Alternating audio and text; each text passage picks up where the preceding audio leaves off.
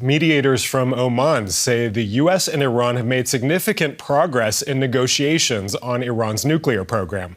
Iran's foreign minister called the latest round of talks in Geneva one of the most intense yet.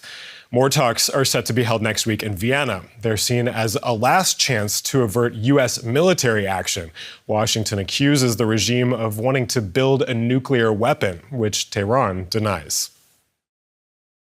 For more, let's bring in Behnam Bentaleblu. He's a senior fellow focusing on Iran and security issues at the Foundation for Defense of Democracies, a U.S. think tank that advocates for strong sanctions against Iran. Behnam, are Tehran and Washington now any closer to a deal after these talks in Geneva, or are they still on a collision course? Well, great to be with you. I think the exercise in diplomacy and tough talk in 2026 between Tehran and the Trump administration shows that you can do both at the same time. I think right now, after round three, there was news from the Omani foreign minister who was mediating these indirect talks between the Americans and the Iranians that there will be a round four and that there will be a round four on technical issues, which is a little bit odd if you have no broader political standing, political understanding, how you can move to an agreement or how you can move to even negotiate on technical issues. So that does look like at least both sides are still trying to hash it out. But make no mistake, both sides are also still trying physically in the real world, in the battle space, to harden their positions. The U.S. is bringing more assets into the region, and the Iranians continue to engage in rebuilding and hardening. Well, Iran and Oman have been saying there's been progress in the talks. The U.S. has not made any comments about progress. What does that mean?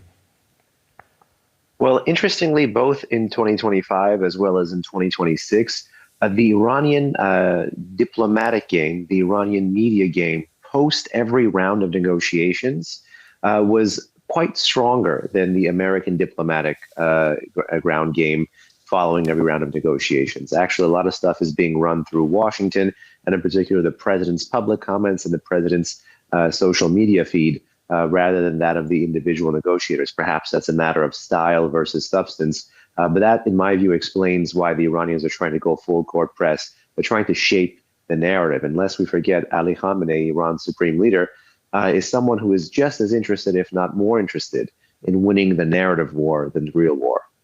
Speaking of the narrative war, earlier this month, Trump said regime change would be the best thing that could happen in Iran.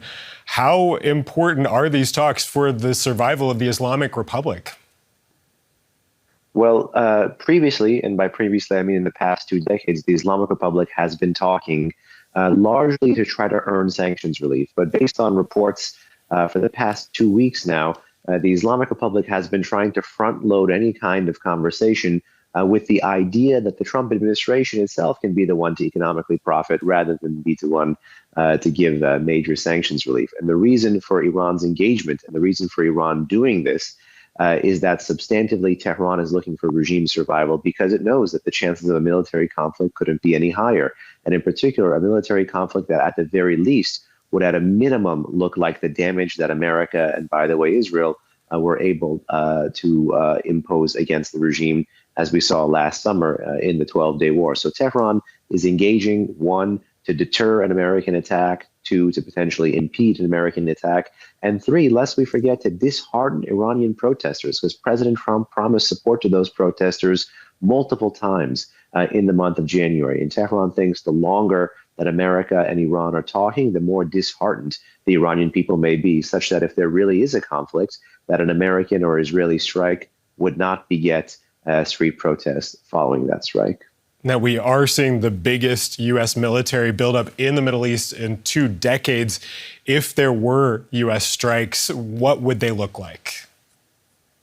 It depends a great deal on the nature of the targeting operation. You know, would this be decapitation, meaning just to go after one or two political leaders and see if either the street rises up or if there's musical chairs among the political elite, or perhaps the military enters the political scene in a greater way? That's one big question. Another big question is what will the U.S. be doing about the strategic systems, meaning the air defenses, and perhaps most importantly, the ballistic missiles, and then perhaps slightly less importantly, some of the other long-range strike capabilities like cruise missiles and drones, and then what's left of the regime's nuclear program. So the types of military options available are everything from defanging to decapitation to counterproliferation to symbolic strikes to even trying to pave the pathway for regime change. And President Trump thus far has not offered to friends or enemies what the political goal behind the use of force would be.